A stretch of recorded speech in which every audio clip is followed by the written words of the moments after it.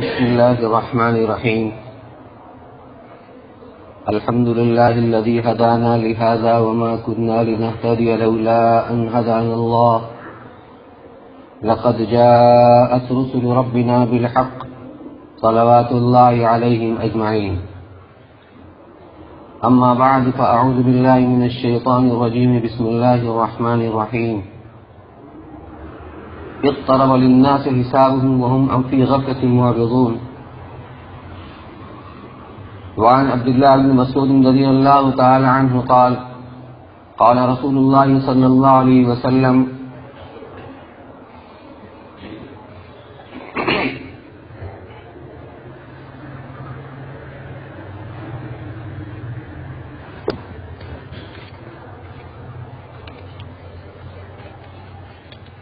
يؤتى بجهنم يومئذ لها 70,000 زمام مع كل زمام 70,000 ملك يجرون أو كما قال رسول الله صلی اللہ علیہ وسلم. بزرگوں اور بھائیوں اور دوستو، انسان کا سفر بہت پہلے سے جاری ہے اور بہت آگے تک ہونے والا ہے. انسان اس دنیا میں آنے سے پہلے ایک مدت تک عالم ارواح کے اندر رہا. پھر جب اللہ نے چاہا تو عالم ارواح سے عالم اسلاف یعنی پشت پدر کے اندر منتقل ہوا. پھر عالم اسلاف سے عالم ارحام کے اندر منتقل ہوا جو انتہائی مختصر زندگی. پھر عالم ارحام سے عالم دنیا کی طرف منتقل ہوا. اس دنیا کی زندگی میں زندگی گزارنے کے لیے کیونکہ جسم کی ضرورت تھی، کیونکہ دیکھنا، سننا، بولنا، چلنا پھرنا اور دوسرے افعال کا کرنا جسم کے بغیر ممکن نہیں تھا. عمل تو یہ سب روح کا ہے، لیکن روح یہ عمل کرتی جسم کے واسطے سے، اس لیے اس جسم کو تیار کیا گیا، تخلیقی مراحل سے گزارا گیا رحم مادر کے اندر. اس دنیا کی زندگی میں اپنی مقررہ مدت گزارنے کے بعد یہ منتقل ہو جاتا ہے عالم برزخ کی طرف. یعنی اس روح کا سفر بہت پہلے سے جاری ہے اور دنیا میں ایک مدت کے لیے جسم کا ساتھ دیا گیا، جسم کو ساتھ لگا دیا گیا، لیکن روح کا سفر برابر جاری ہے. روح منتقل ہو گئی عالم برزخ کی طرف. جب کسی کی وفات ہوتی ہے تو کہتے ہیں فلاں کا انتقال ہو گیا. انتقال کے معنی منتقل ہونا. عربی کے اندر انتقل فلاں الی رحمت اللہ، فلاں اللہ کی رحمت کی طرف منتقل ہو گیا. تو عالم دنیا سے عالم برزخ کی طرف. پھر جب قیامت قائم ہوگی، کیونکہ انسان نے جو کوئی اچھا یا برا عمل کیا ہے اس کا بدلہ دینے کے لیے قیامت قائم کی جائے گی. جب قیامت قائم ہوگی تو یہ عالم آخرت ہے. پھر عالم آخرت کے بعد دو ہی عالم ہیں، یا عالم جنت یا عالم جہنم. اللہ ہم سب کی حفاظت فرمائے جہنم میں جانے سے. یہ انسان کا سفر ہے. اس لمبی مسافت کے اندر آپ غور کیجئے کہ دنیا کا سفر کتنی دیر کا ہے. آخرت کی ہمیشہ ہمیشہ کی زندگی اور اس سے پہلے جب یہ عالم ارواح سے چلا، اس سب کو سامنے رکھ کر آپ غور کیجئے کہ دنیا کی زندگی کتنی دیر کی ہے. 10 منٹ کی زندگی ہے. اسی زندگی پر دار و مدار ہے آخرت کی نجات کا اور عدم نجات کا. اس لیے حضرات انبیاء کرام علیہ السلام کے ذریعے سے ان کی قوم کو متوجہ کیا گیا بار بار کہ تم آخرت کے لیے پیدا کیے گئے ہو، اس کی تیاری کرنے کے لیے. آسمانی کتابوں کے ذریعے سے بھی. اسی ضمن میں میں نے آپ کے سامنے روایت تلاوت کی جس میں اللہ تبارک و تعالیٰ نے ان مشرکین کو جو قیامت کا انکار کرتے تھے، جو اللہ کے رسول صلی اللہ علیہ وسلم کو نبی ماننے کے لیے تیار نہیں تھے۔ فرمایا اقترب للناس حسابهم، لوگوں کے حساب کا وقت قریب آ چکا ہے، وہم فی غفلۃ معرضون، لیکن وہ ہیں کہ بجائے تیاری کرنے کے غفلت کے اندر پڑے ہوئے ہیں، اپنی خواہشات کے اندر پڑے ہوئے ہیں، اور بجائے تیاری کرنے کے اس سے اعراض کر رہے ہیں۔ ان کی زندگی ایسے گزر رہی ہے جیسے ان کو کوئی ضرورت نہیں آخر کی تیاری کرنے کی، بے فکر غافل، اپنی خواہشات کے اندر مست ہیں۔ اگرچہ یہ خطاب مشرکین مکہ کو ہے، لیکن اس میں متنبع کرنا ہے اور جھنجھوڑنا ان مسلمانوں کو بھی ہے جو غفلت کے ساتھ زندگی گزار رہے ہیں، بس اپنی خواہشات، اپنی مرضی، رسم و رواج، آخر کے تیاری کی طرف سے انتہائی غفلت پائی جا رہی ہے۔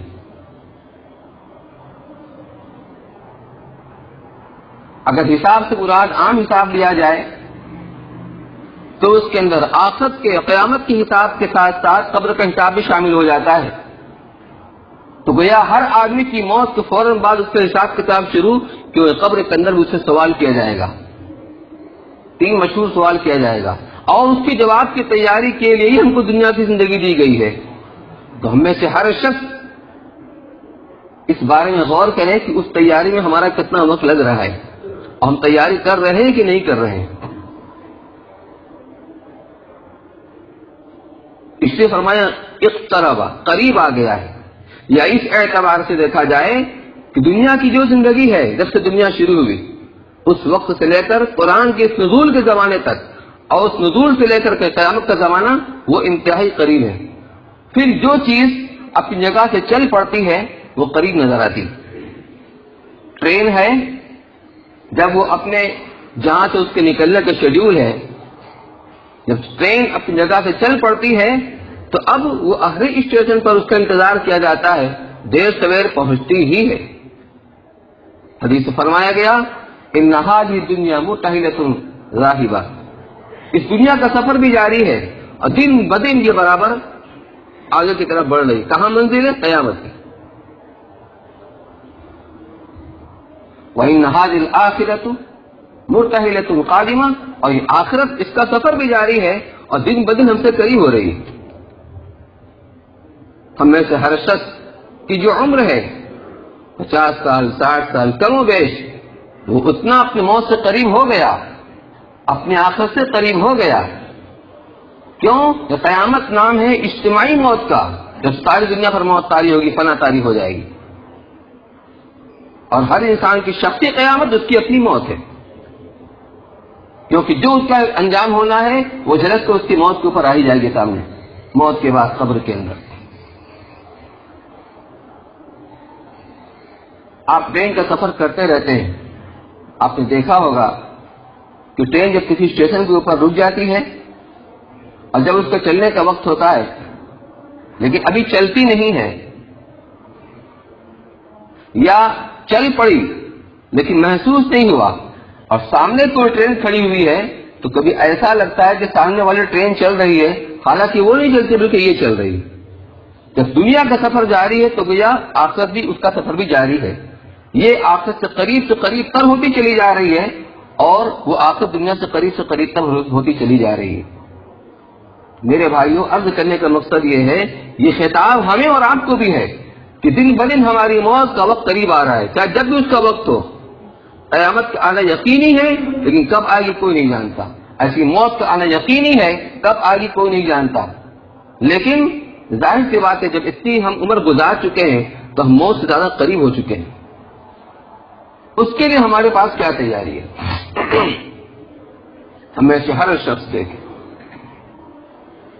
نماز کا کیا حال ہے، مسجدوں کے اندر کتنے لوگ آتے پابندی سے، اس کو تیاری کہا جائے گا؟ ذریعہ معاش، چاہے تجارت ہو، چاہے ملازمت ہو، محنت مزدوری ہو، اللہ کا حکم ہے، لیکن اللہ کا حکم سمجھ کر ہم کتنے اس کے اندر لگتے ہیں۔ اگر آدمی اپنی تجارت میں اللہ کے لیے لگے گا تو اس میں اللہ کے حکموں کو پورا کرے گا، تب کہا جائے گا اللہ کے لیے لگائے۔ تجارت بھی عبادت ہے، جس طرح عبادت کے اندر احکامات ہیں، فرائض، واجبات، ممنوعات محرمات ایسے تجارت کے اندر بھی ہیں، تو آدمی ان ممنوعات سے محرمات سے کتنا بچتا ہے۔ اگر آدمی تجارت میں اس قدر مشغول ہو جائے کہ نماز کی پرواہ بھی نہ کرے، اس کو اللہ کے لیے لگنا نہیں کہا جائے گا،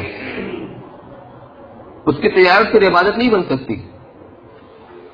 تو جو آدمی تجارت میں اس درجہ مشغول ہو کہ نماز کا بھی اس کو فکر نہ ہو، پرواہ نہ ہو، یہ قیامت کی تیاری ہو رہی ہے یا اسے غفلت؟ اگر آدمی اپنا کاروبار کرنے جھوٹ سے پرہیز نہ کرے، وعدہ خلافی سے پرہیز نہ کرے، حق تلفی سے پرہیز نہ کرے، تو یہ قیامت کی تیاری ہی یا غفلت ہے؟ میرے بھائیوں، صرف آپ کو فکر مند کرنا اس اعتبار سے ہم سب اپنی زندگی میں جھانکیں اور دیکھیں کہ ہم آخرت کے واقعی تیاری کر رہے ہیں کہ اسے غافل ہو کر زندگی گزار رہے ہیں۔ اگر غفلت کے ساتھ زندگی گزار رہی ہے تو اس آیت کے پیش نظر رکھیں۔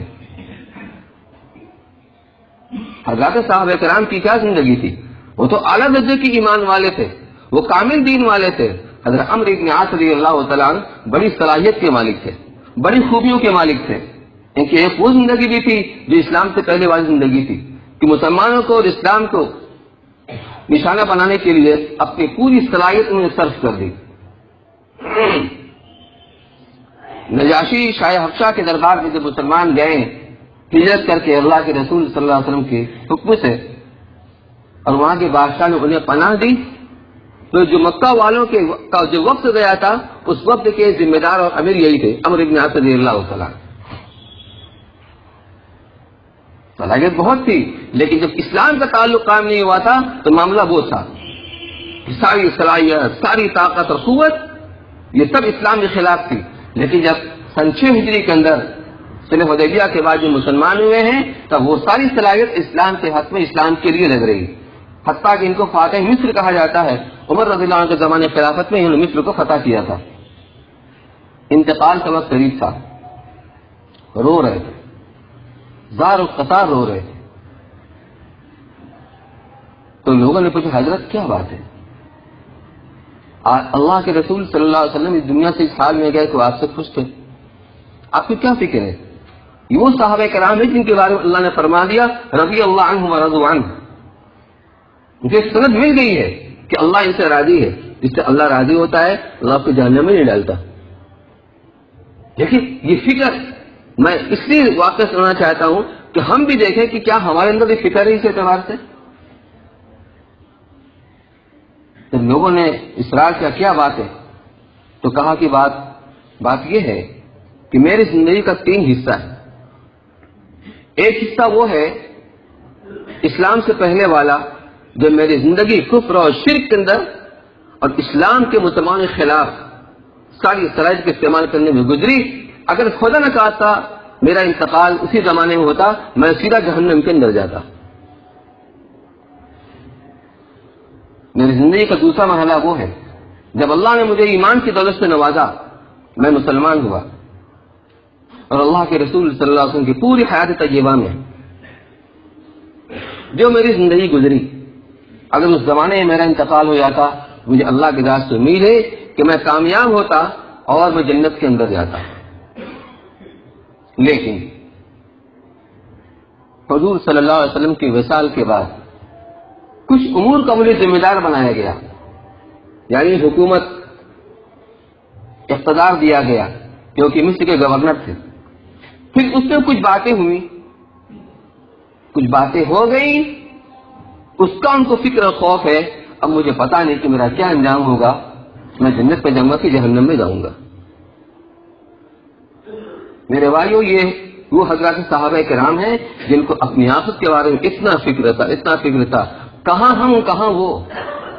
تو ہمیں کتنا فکر ہونا چاہیے؟ اس کا مطلب یہ کہ ہم سب غفلت کے ساتھ چل رہے ہیں جو انتہائی نقصان دہ چیز ہے۔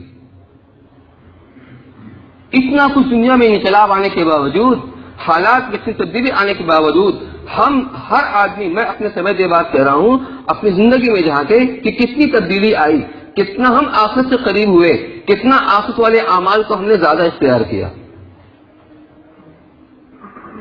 کوئی کسی اور کی طرف نہیں، ہر آدمی اپنی طرف دیکھے۔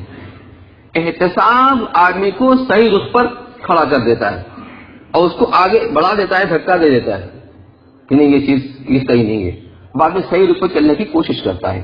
احتساب ہونا چاہیے، احتساب ہی نہ ہو تو پھر آدمی غلط راستے پہ چل رہا ہے واپس آنے کی سوچے گا بھی نہیں۔ حضرت عمر رضی اللہ تعالیٰ عنہ، کیا مقام ہے ان کا؟ ایک بار عائشہ صدیقہ رضی اللہ تعالیٰ عنہ حضور صلی اللہ علیہ وسلم کے ساتھ لیٹی ہوئی تھی اور رات کا وقت تھا اور تارے بالکل نکھرے ہوئے تھے، آسمان ستاروں سے بھرا ہوا تھا، یعنی بالکل فضا صاف تھی۔ تو پوچھا یا رسول اللہ، کیا آپ کی امت میں کوئی ایسا بھی ہے جس کی نیکیاں ان ستاروں کی مانند ہو؟ وہ ستارے گننا ممکن نہیں ہے، تو اتنی نیکیاں میں کسی کی ہیں؟ کہا ہاں، ہر موقع پر جب کوئی خوبی کا کمال کا موقع آتا تو صدیق اکبر رضی اللہ تعالیٰ کا نام آتا تھا، تو صدیقہ عائشہ رضی اللہ تعالیٰ کی دل کے اندر بات تھی کہ میرے ابا کا نام آئے گا، تو آپ نے فرمایا ہاں وہ عمر ہے، وہ عمر ہے جن کی نیکیاں آسمان کے ستارے کی مانند ہیں۔ اب جو دل کے اندر بات اس کے خلاف تو ذرا سے بے چینی، تو پھر پوچھا تھا ابو بکر یا رسول اللہ، جب عمر کی نیکیوں کا یہ حالت ابو بکر کی ایک نیکی عمر کی ساری نیکیوں سے بڑھ جائے گی۔ وہ کون سی نیکی؟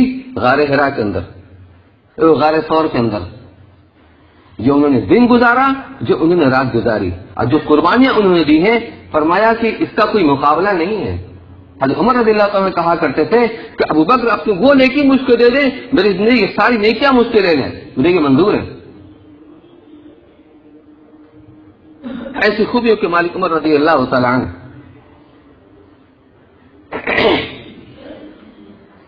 ان کے بیٹے عبداللہ بن عمر رضی اللہ تعالیٰ عنہ، ابو موسیٰ اشعری رضی اللہ تعالیٰ عنہ کے بیٹے سے ملاقات ہوئی خیر خیریت کے بعد، تو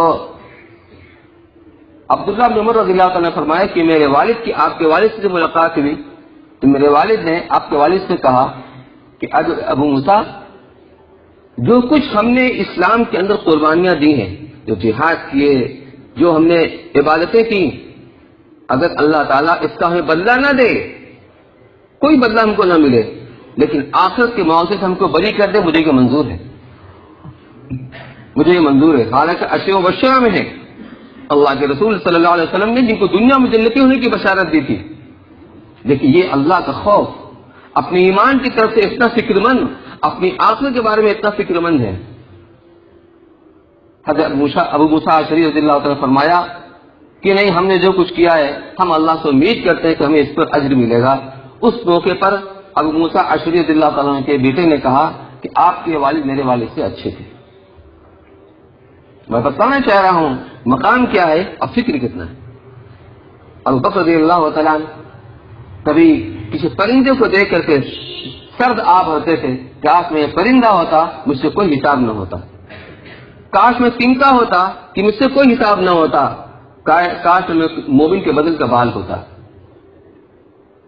میرے بھائیوں، اسے سننے سنانے کے لیے نہیں، واقعہ ہم غور کریں جس ڈھرے پر ہماری زندگی گزر رہی ہے، ہمارے شب و روز، ہمارے معاملات، ہماری معاشرت، ہمارے تقریبات، خوشی اور غمی، ہم ذرا سوچیں کہ واقعہ ہم آخرت کی تیاری کر رہے ہیں کہ ہم آخرت کے اعتبار سے غفلت سے گزر رہے ہیں۔ اگر اسی غفلت کے ساتھ ہماری موت آئی تو پھر ہمارا کیا بنے گا؟ تھوڑے دن کی زندگی، بہت تھوڑے دن کی زندگی ہے۔ میں نے اسی لیے شروع سے آپ کو یہ بتایا کہ آپ تجزیہ کیجئے کہ یہ دنیا کی 60 سال کی زندگی یہ کئی منٹ کی زندگی بنتی ہے، لیکن اسی کو دار و مدار ہے آخرت کی کامیابی اور ناکامی کا، کامیابی اور ناکامی کا۔ تو ہمیں سے ہر شخص کے فیصلہ کرے اور یہ عہد کرے کہ ہمیں آخرت کے اعتبار سے تیاری کرنی ہے، اپنے موت کی تیاری کرنی ہے، ہمیں فکر کرنی ہے، اور یہ سوال ہر وقت اپنے آپ سے کرے، اپنے کاروبار میں ہو تو بھی، اپنے بستر پر ہو تو بھی، ہر وقت یہ احساس اور یہ احتساب یہ اس کو صحیح رخ پر آگے بڑھائے گا، یہ اس کو اعمال کے اوپر کھڑا کرے گا، یہ اس کو فرائض واجبات کے اوپر کھڑا کرے گا۔ اللہ تعالیٰ مجھے بھی اس کی توفیق نصیب فرمائے۔ بہت زیادہ غفلت ہے، بہت زیادہ غفلت ہے، اللہ میں صحیح فکر اور عمل کی توفیق نصیب فرمائے۔ ایک گزارش یہ ہے، فقیہ الامت حضرت مولانا مفتی محمود رسن صاحب نور اللہ مرقدہ، ان کے نام نامی سے کون نہیں جانتا، حضرت کے بہت سارے خلفاء ہیں جو اس وقت پوری دنیا میں اپنے اپنے اعتبار سے کام کر رہے ہیں.